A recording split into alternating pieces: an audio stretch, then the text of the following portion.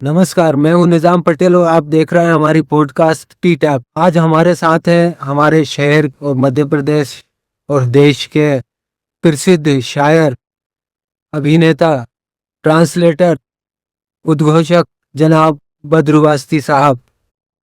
सबसे पहले बद्रू भाई, आपका बहुत बहुत शुक्रिया जो आपने हमें वक्त दिया। बहुत शुक्रिया आपका।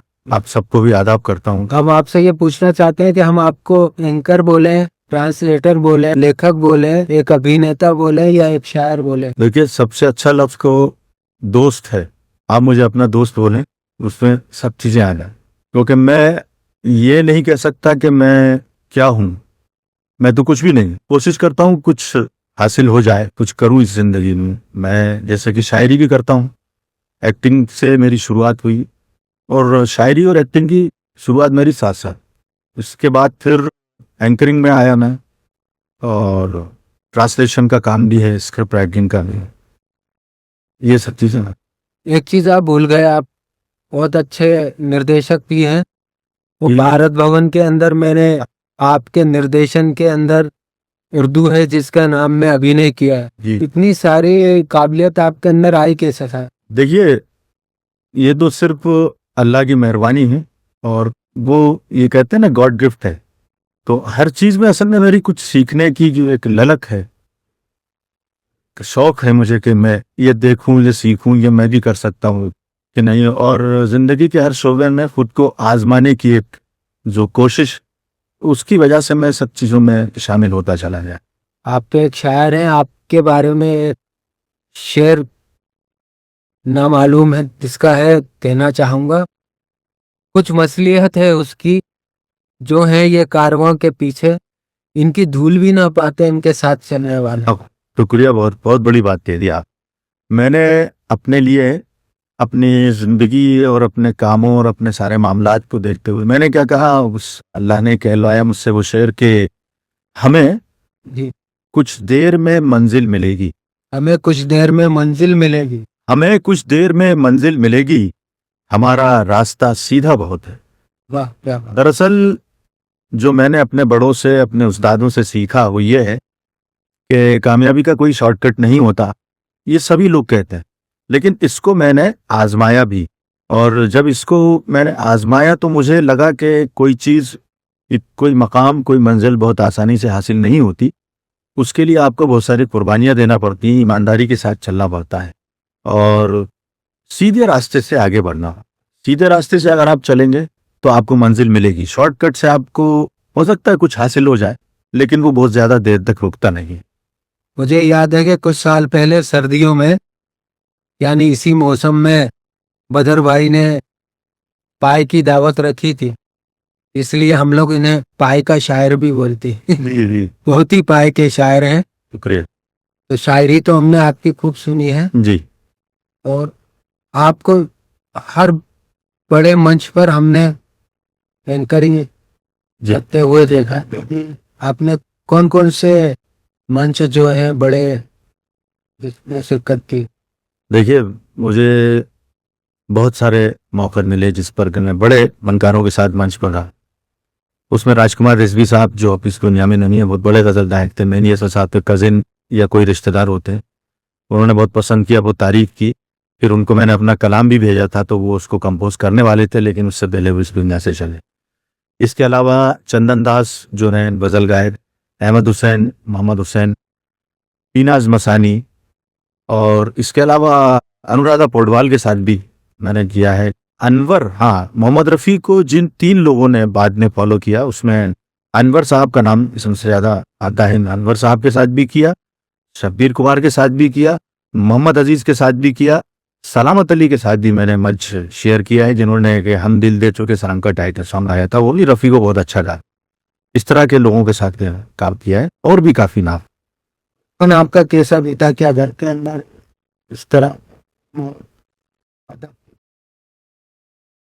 जी, अल्लाह का शुक्र है कि घर का माहौल जो था वो इल्मी और अदबी था, और मजहबी भी था, क्योंकि वालिद हमारे जो थे वो English, Hindi, Urdu, Persian, Arabic, दी सब के माहिर थे, सारी ज़बानें जानते थे वो।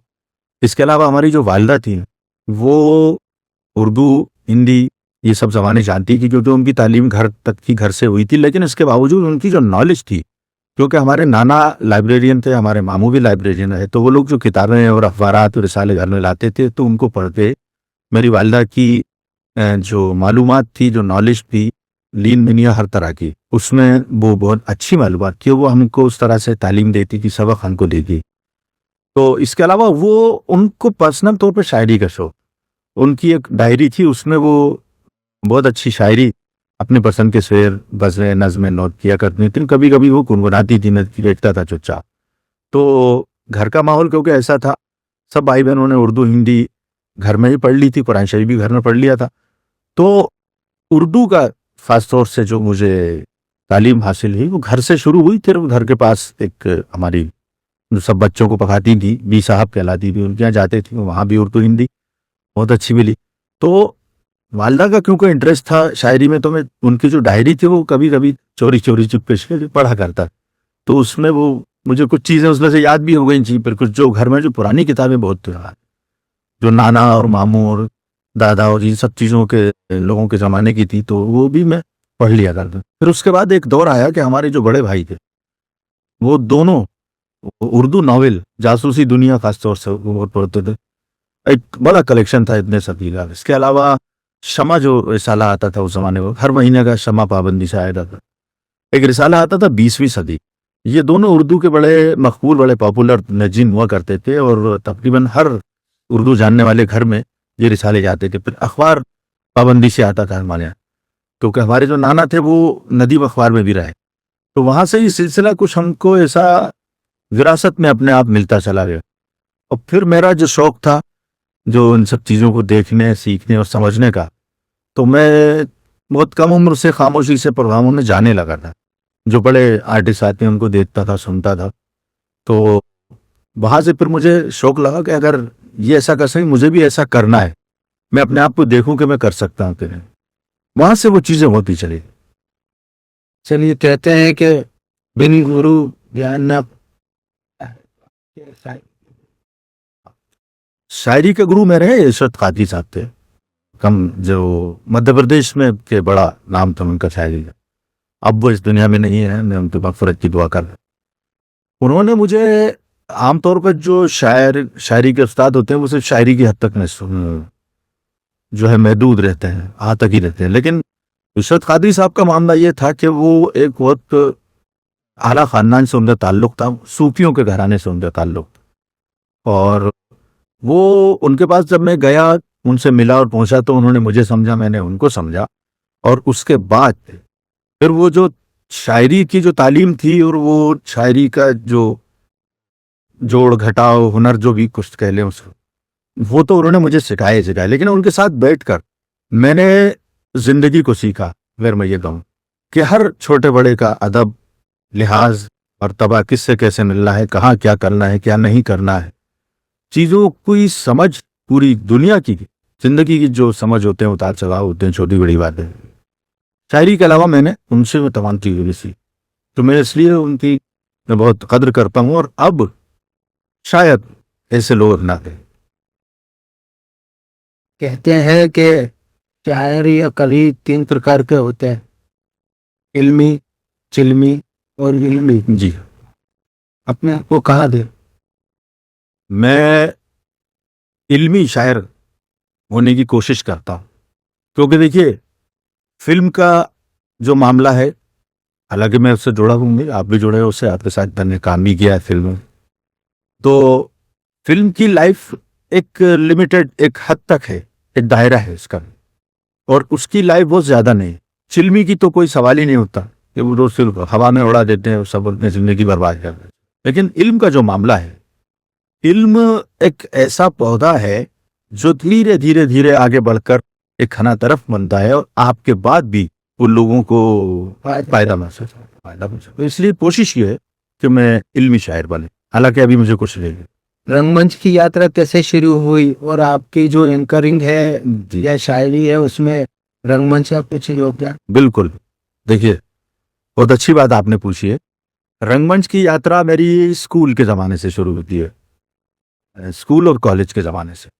वही चीज, वही जज्बा, वही शौक, वही दीवानापन के ये मेरे जो सीनियर हैं, मेरे जो पहले के लोग हैं वो कुछ कर रहे हैं तो मैं भी कुछ ऐसा करूं। क्या मैं ऐसा कर सकता हूँ इन जैसा? क्या मैं वहां खड़ा हो सकता हूँ? तो मैंने वहां से वो यात्रा शुरू की। फिर मुझको मेरी खुश नसीबी ये रही कि रशीद अंजुम साहब मुझे इस तरह मिले कि उनके लिखे हुए, उनके डायरेक्ट किए हुए जो नाटक थे वो स्टेज पर कॉलेज में प्ले स्टेज किए जाते। कौन से उनके कुछ तुम भी जानते हो? का जैसे तूफान की गोद में एक नाटक है, उन्होंने किया था, बड़ा अच्छा उसका इफेक्ट्स थे उसके अंदर, एक्टिंग थी उसकी। वो हाँ, वो यहाँ स्टेज पे नहीं किया था, वो बॉम्बे ने किया। उसका बड़ा चर्चा था, बहुत बड़े बड़े विज्ञापन उस जमाने में, आज से तकरीबन 40-45 साल पहले बॉम्बे के अखबारों में पूरे पूरे पेज के विज्ञापन छपे थे। वो कमर्शियली प्ले था, उनका टिकट से होता था। हमारा था उनका सलीब अभी जिंदा है। सलीफ सुना है या इरफान सौरभ साहब ने उसको डाले। उसमें लीड रोल में नहीं थे, आगे सची। हाँ, तो फिर मुझे रशीद अंजुम साहब के कांटेक्ट में मैं आया, क्योंकि वो वहां आते थे तो मैं धीरे धीरे, अच्छा इत्तेफाक ये था कि वो मेरे सबसे बड़े भाई के दोस्त ही थे। तो उन्होंने मुझे देखा, समझा कि अच्छा तुम ज़िया के भाई हो? जी साहब ने, अच्छा अच्छा करते हो ये सब, ये तो उन्होंने मुझे बुलाया। फिर उनकी रिहर्सल शुरू हुई, रीडिंग से शुरू हुआ।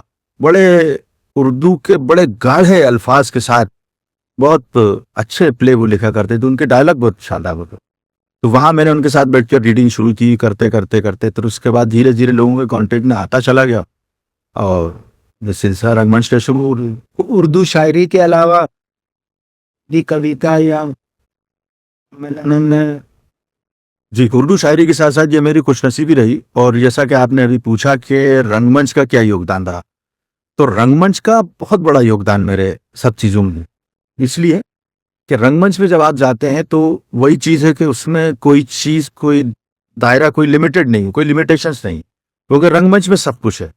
रंगमंच में कविता भी है, पेंटिंग भी है, डांस भी है, म्यूजिक भी है, एक्टिंग तो है ही है, सेट डिजाइनिंग है, लाइट्स है, और उसके अंदर जिंदगी के सारे तजुर्बात आदमी निचोड़ के रख देता है। और हर तरह का किरदार उसको करने का जब मौका मिलता है तो धीरे धीरे जिंदगी को समझता है। और फिर इसके अलावा उसमें बहुत सारे लोगों से ऐसी मुलाकात होती है जिनके अपने अपने एक्सपीरियंस होते हैं, तजुर्बे होते हैं। तो वहां से मुझे ये फायदा था। अच्छा, हिंदी वहां से मैंने अच्छी सीखी, ये क्या अभी सीख रहा हूँ, हिंदी के शब्द, हिंदी का उच्चारण और हिंदी को बोलने की शैली रंगमंच से मैंने सीखी। और उर्दू तो जाहिर है कि वहां से मैं सीख ही रहा था। तो ये दोनों भाषाएं पैरेलल मैं सीखता चला गया। इस बहाने से एक तरफ शायरी, एक तरफ रंगमंच, दोनों साथ जब चले तो मुझको भी मजा आने लगा। तो मैं कुछ वक्त इधर कुछ वक्त इधर देते देते आज मैं जहां भी हूं। सम्मेलनों की जी, हाँ, बुद्धि, इसमें भी चार बिल्कुल बिल्कुल। तो हिंदी के मंचों पर भी मुझे इतना ही प्यार मिला और मिल रहा है जितना कि मुझे उर्दू के मंचों पर, उर्दू के मुशायरों में मोहब्बत मिलती है।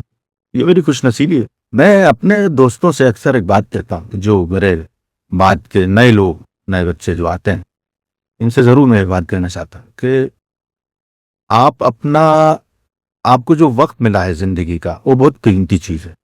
अगर आप वक्त की, समय की अहमियत को समझेंगे तो आप जरूर कुछ कर पाएंगे।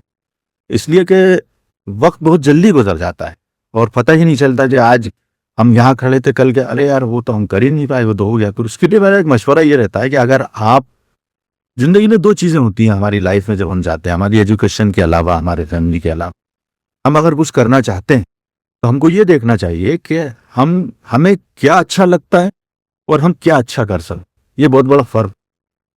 आदमी को गाना मिसाल के तौर पर बहुत अच्छा लगता है कि स्टेज पे लोग गा रहे हैं, मेरे दोस्त भी तो गा रहे हैं तो मैं भी गा सकता हूँ, वो उसको अच्छा लगता है। लेकिन क्या वो अच्छा गा सकता है, ये उसको आजमाना पड़ेगा, उसको देखना पड़ेगा, अपने दोस्तों से, अपने वेल विशर से मशवरा करना पड़ेगा। अगर वो वाकई अच्छा करता है तो उसमें आगे जाना चाहिए, वरना जिंदगी लोगों की इसी में गुजर जाती है कि साहब मुझे ये अच्छा लगता है तो मैं ये करता हूँ। और उसमें यही वजह है कि मैक्सिमम लोग जो किसी भी फील्ड में आगे नहीं बढ़ पाते, टॉप पर नहीं गए, तो वहीं रह जाते हैं। उसकी वजह यही है कि वो ये समझ ही नहीं पाते कि मैं अच्छा कर रहा हूं या मुझे अच्छा लगता है। मिसाल के तौर पर कोई कलर, कोई कपड़ा, कोई चीज है, रेड कलर की शर्ट मुझे अच्छी लगती है, बच्चे पहनते हैं, दो मेरे दोस्त पहनते, क्या मैं मुझ पर भी अच्छी लगे? नहीं। दूसरी एक चीज हो कि आजकल जो जमाना है बहुत कंपटीशन का लगा, वो जबरदस्त कंपटीशन है इस लाइफ में। तो अगर हम किसी भी फील्ड में चुन जाएं, कोई भी फील्ड चुने आ जाए, तो उसकी तैयारी बहुत जरूरी है, उसकी उस पर सीखना बहुत जरूरी है। वरना आजकल क्या है कि चाहे वो शायरी की, कविता की फील्ड हो, शायरी हो, पोएट्री हो, एक्टिंग हो, अभी हम देख रहे हैं मंच पे क्या हाल है मंच पर। तो एक नाटक करता है आदमी, दूसरे में वो कोऑर्डिनेटर और डायरेक्टर बनकर खड़ा हो जाता है और दूसरों को सिखाने लगता है कि ऐसे नहीं, ऐसे करो, यूं नहीं, यूं करो, यूं बोलो, यूं आओ, यूं चलो। ऐसा नहीं करना चाहिए। जब तक कि आप कहीं से सीख न लें, कुछ वक्त उसमें ना गुजार दें, क्योंकि हर चीज के पीछे एक लॉजिक होता है। कोई बंदा अगर कुछ कर रहा है, कुछ सीख रहा है, कहीं जा रहा है, उसके पीछे वजह है। आपने बिना सोचे समझे, बिना सीखे हुए दूसरों को सिखाने लगते हैं। तो उसमें एक कहावत है कि कुछ फल ऐसे होते हैं जो पकने से पहले डाल पर सड़ जाए। तो हमें सड़ने से बचना। कविता और शायरी में क्या फर्क? नहीं, देखिए, कविता और शायरी एक ही चीज है। उसमें हाँ, ये फॉर्मेट का फर्क है। एक तो उर्दू शायरी की बात करें तो उसमें गजल होती है, गजल जिसमें रदीफ और खातिया होता है, लेकिन हर शेर का जो ख्याल है, उसका जो विषय जिसे कहें, वो अलग होता है। इसके अलावा जो नज्म है, नज्म में पूरा एक टॉपिक, एक विषय ऊपर से नीचे था, उसी को पूरा बयान किया जाए। तो हिंदी कविता में जो बात है वो खूब कविता है। गजल अरबी से आई है हमारे यहाँ, अरबी से होते हुए फिर पर्शियन में आई, पर्शियन के बाद उर्दू में आई, उर्दू से हिंदी, और अब तो कई भाषाओं में गजल लिखी जा रही है। आज की जो लोक भाषाएं हैं, लोक बोलियां हैं, उसमें भी गजल लिखी है। मालवी में गजल ने सुनी, बुंदेली में गजल होती है, हिंदी गजल भी आती? हिंदी गजल तो है ही, हिंदी गजल बहुत उधर है। अच्छा, और गुजराती में है, इंग्लिश में है। उदाहरण है दुष्यंत कुमार। दुष्यंत कुमार हमारे यहाँ का सबसे बड़ा नाम है, भोपाल से उनका ताल्लुक। तो ये फर्क है इसमें। तो नज्म अलग चीज है, गजल अलग चीज है, और कता है, रुबाई है, सानियत है, सलासी है, ऐसी बहुत सारी, ये जिसका फॉर्मेट है। शायरी एक ही चीज है, विचार एक ही है, उसको बयान करने का, लिखने का, एक्सप्रेस करने का अंदाजा है। तो हम समस्याएं देखते हैं या जो चल रहा है देश विदेश के अंदर, जी, उस पर भी आपने कुछ लिखा हुआ है? हमारे दर्शक ये कहेंगे कि एक इतने बड़े शायर को आपने अपने पास बुला लिया और शायरी पे बात करनी, लेकिन शेर और शायरी तो बड़ी नहीं रहे। जी जी, ये शायरी भी हो जाएगी। कुछ सुना दीजिए। देखिए, मैं भोपाल से बहुत मोहब्बत करता हूँ, क्योंकि मैं यहाँ पैदा हूँ, और भोपाल से इसलिए मोहब्बत करता हूँ, मैं सिर्फ इतना कहूंगा कि आप यहाँ आकर 2 महीने 6 महीने आप वक्त गुजार दीजिए, आपको भी भोपाल से मोहब्बत हो जाएगी। शर्तिया पाल है भोपाल की जमीन, भोपाल की मिट्टी जो है वो पाँव पकड़ती है और दिल को लुभाती है। यहाँ का जो मौसम है वो आदमी को बड़ा पीस ऑफ लाइफ देता है। तो जिंदगी में अगर आगे बढ़ना है तो पहले हम ईमानदारी के साथ अपनी फील्ड चूज करें, और उसके बाद उस चीज को हमको सीखना बहुत जरूरी है। सीनियर्स के साथ सीखें, बड़ों से सीखें, जो लोग से, और उसमें जल्दी नहीं करना चाहिए किसी भी काम में आगे बढ़ने। जल्दी करेंगे तो नुकसान है। तो जनरेशन तो बस अभी से ये, हाँ, वो तो वो है, लेकिन कुछ होता नहीं है। आप देखते हैं ना, जो बहुत जल्दी ऊपर जाता है वो उतनी जल्दी नीचे गिरे। थोड़ा सा वक्त हमको देना पड़ता है, पेशेंस बहुत जरूरी।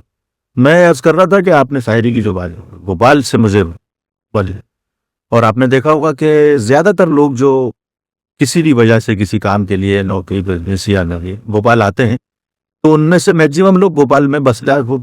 उसकी वजह क्या है? वजह यह है कि भोपाल अपने आप में बड़ी खूबसूरत जगह है, और यहाँ की हवाओं में मोहब्बत है, खास है, और सुकून है। वो जिंदगी का सुकून जो लोग अपनी जिंदगी में कहीं कहीं तलाश करते रहते हैं, वो उनको आकर अपने आप गैर महसूस तरीके पर भोपाल में ले जाता है, यहीं के हो जाता है। भोपाल की बहुत सारी खूबियां मैं आपको बताऊं कि एक शेर मेरा भोपाल के हवाले से बहुत मशहूर है। वो है कि शाम दिलकश, रात महवश, सुबह गुलवश बरजी। शाम दिलकश, रात महवश, सुबह गुलवश बद्रजी, याद जन्नत में भी आएंगे मजे भोपाली। ये बड़ा मशहूर शहर है भोपाल के हवाले से मेरा, जो लोगों ने पसंद किया। अब क्योंकि भोपाल की एक जबान, एक बोली जो बोलने का यहाँ पर अंदाज है, एक तो एक लहजा है, दूसरे यहाँ के लफ्ज है जो वो अपने आप में कुछ अलग, जैसे फन्नाट है, बटा है, ऐसे ऐसी कोई सी चीज है। तो बात करने का जो लहजा है वो अलग है, यहाँ की जो लफ्जियात हैं वो भी अलग है, यहाँ का जो कल्चर है वो भी, जब आप भोपाल के अंदर दाखिल होंगे और उसमें मिक्स हो जाएंगे यहाँ की लाइफ में, तब आपको मजा आएगा। तो उसकी जो एक तस्वीर है वो मैंने अपनी एक गजल में जो अभी हाल ही में लिखी है वो पूरी आप उसमें वो पूरा भोपाल है उसमें, देखिए आप। मतलब उसका है कि परी बाजार से परियों के जब फर्रे निकलते, फर्रे, परी बाजार से परियों के जब फर्रे निकलते हैं, बजरिया से तभी फरहाद के छर्रे निकलते हैं। बजरिया से, अब ये मोहल्लों के नाम है। परी बाजार यहाँ का बड़ा तारीफी बाजार रहा है और आज भी लग रहा है जी। हाँ, परी बाजार से परियों के जब हर्रे निकलते हैं, बजरिया से तभी फरहाद के छर्रे निकलते हैं। बजरिया छोटा बाजार, वो शाहजहां में मोड़ है। बजरिया से तभी फरहाद के छर्रे निकलते हैं, हमारा घर भी क्या घर है अगर हम जोर से खांसें। ये नक्शा है भोपाल की जिंदगी का। हमारा घर भी क्या घर है अगर हम जोर से खांसें, कभी छाबन धसकती है कभी फर्रे निकलते हैं। फर्रों के मकान हुआ करते हैं जी, लकड़ी की कटिंग। कभी छाबन धसकती है कभी फर्रे निकलते हैं। और ये बिल्कुल फास्ट शेर के, जरा सी साफ रंगत है मगर ठस्सा बलाता। पहुंच गए होंगे। जरा सी साफ रंगत है मगर ठस्सा बला का है। औरतें जो आपस में बात कर, मगर ठस्सा बला का है, अगर उनके कने जाओ तो वो टर्रे निकलते हैं। हाँ, अगर उनके कने जाओ तो वो टर्रे निकलते हैं। और ये शेर आप सबके लिए जहां तक पहुंचे, ये कि कहीं जो दिल न लग पाए तो फिर भोपाल आ जा, कहीं जो दिल न लग पाए तो फिर भोपाल आ जाना, तो फिर भोपाल आ जाना। यहाँ के दोस्त और दुश्मन बड़े कर्रे निकलते हैं, यहाँ के दोस्त और दुश्मन बड़े कर्रे निकलते हैं। ये भोपाल का वो माहौल है कि दोस्ती भी करेंगे तो जान दे देंगे और दुश्मनी करेंगे तो भी कर्रे बढ़ते, कि यहाँ के दोस्त और दुश्मन बड़े कर्रे निकलते हैं। वो अट्टा हो शुजा फाका के गुलिया दाई की गलियां हैं। मैं आपको तारीफ होता हूँ इसकी। वो अट्टा हो शुजा फाका के गुलिया दाई की गलियां, यहाँ की खाक से तो कीमती जर्रे कल है। मैं अपने सुनने वालों को बताऊं कि अट्टा शुजाफा वो इलाका है, गुलिया दाई की गलियां और अट्टा शुजाफा एक आधे से भी कम किलोमीटर का एक एरिया है। उसमें डॉक्टर शंकर दयाल शर्मा वहीं पैदा हुए, वो राष्ट्रपति बने। यहाँ के बहुत बड़े लीडर रहे, शेर भोपाल कहलाते हैं, ख्वाजा के खां साहब वो रहे। इसके अलावा मौलाना इमरान खां साहब, जिन्होंने ताजुल मसाजिद को बनाया पूरा, और आज ये जो नया रूप आप ताजुल मसाजिद पे बेच रहे हैं ये रहे। इसके अलावा और भी बहुत सारे लोग ऐसे रहे हैं उस इलाके में। तो इसलिए मैंने कहा कि वो अट्टा हो शुजा खां का कि गुलिया दाई की कलियां, यहाँ की खाक से तो कीमती जर्रे निकलते हैं। और ये हमारे भोपाल का अलमिया था कि दिसंबर की वो काली रात यहाँ बान लेते थे। देश का इंडिया, दिसंबर की वो काली रात यहाँ 92 के दिन, मेरे भोपाल में जीने के तेरे ढर्रे निकलते।